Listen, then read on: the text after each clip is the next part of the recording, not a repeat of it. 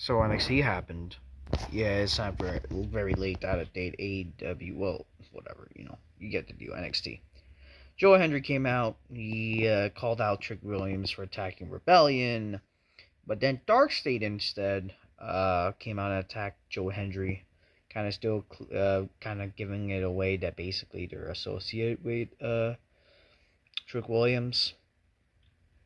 What they're gonna, or what they're probably gonna do. They're gonna rip off the CM Punk Shield thing, where they're adversaries, basically just ripping off what they're mentioning already on television. Just Io Sky is excited. I know I'm the champion. Shut up. And then she's gonna team up with Jordan Grace versus Roxanne Perez and Julia. Whoop-de-doo.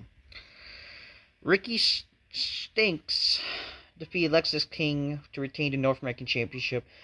Lexis King has so much potential, and this guy keeps fucking losing. What are we doing? What are we doing? What are you doing with Lexis King, for crying out loud? And giving this freaking gay midget oh, God, I don't know. Sean Spears tells the culling that he has come up short in weeks and weeks, and needs to rise up. And she comes, rise up! That I go be the in my pride. Well, you should just rise down, cause y'all garbage.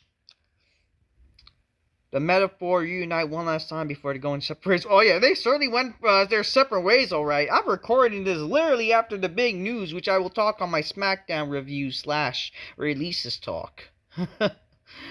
Oh boy, Sol Ruka beats Carmen Petrovic, and then after match, Shante blames Carmen for not listening to him. Then she kicks him, and then they break up. Alright, good stuff.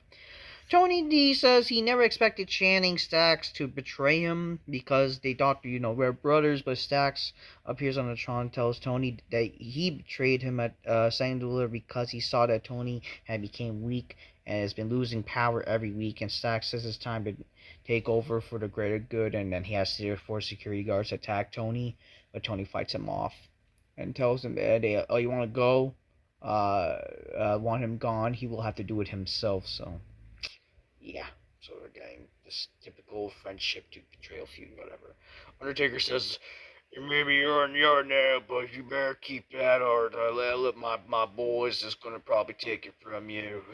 Rest in peace, bitch boy. And so this was just a weird Undertaker appearance, whatever. I love Undertaker. I can never complain about him.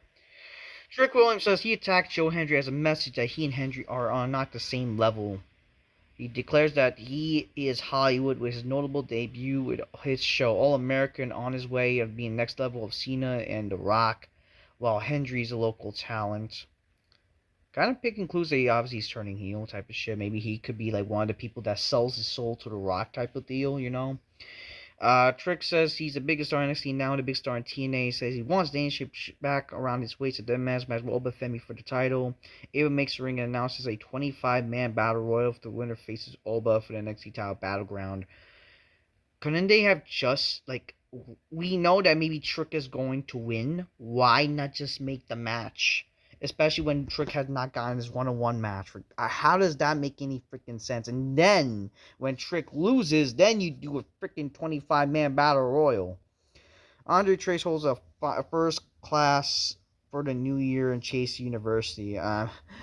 This amounted to nothing because some of the people are not going to be on the show next week. We're crying out loud.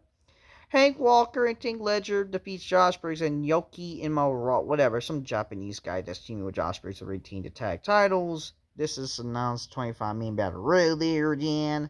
A lot of whatever jobber shit, whatever.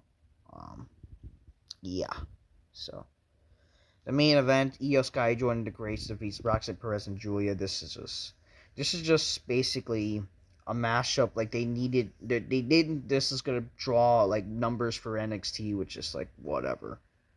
So that was just a basic NXT episode. It just happened to have Io Sky there and no Stephanie Vaquer. I don't know how that makes any real sense too. I thought the whole idea of Stephanie Vaquer and Io Sky teaming up, I don't even know. I don't care. I don't know how Jordan Grace was the one teaming. Based on what they did with Raw. Till next time, peace. Yep, I don't get it. Oh, hold the phone. Ava meets with Stephanie back here backstage after the match and says there will be a match with Julia and Jordan Grace, and the winner will face Stephanie Vaquer. Even though, again, Stephanie Vaquer wants to face Julia for what happened. But no, she decided to make a match with Julia and Jordan Grace. Won't it just make any freaking sense to just do Julia and... I don't even get it. I don't get it. Whatever. Hold the... Until next time. Peace out. Bye.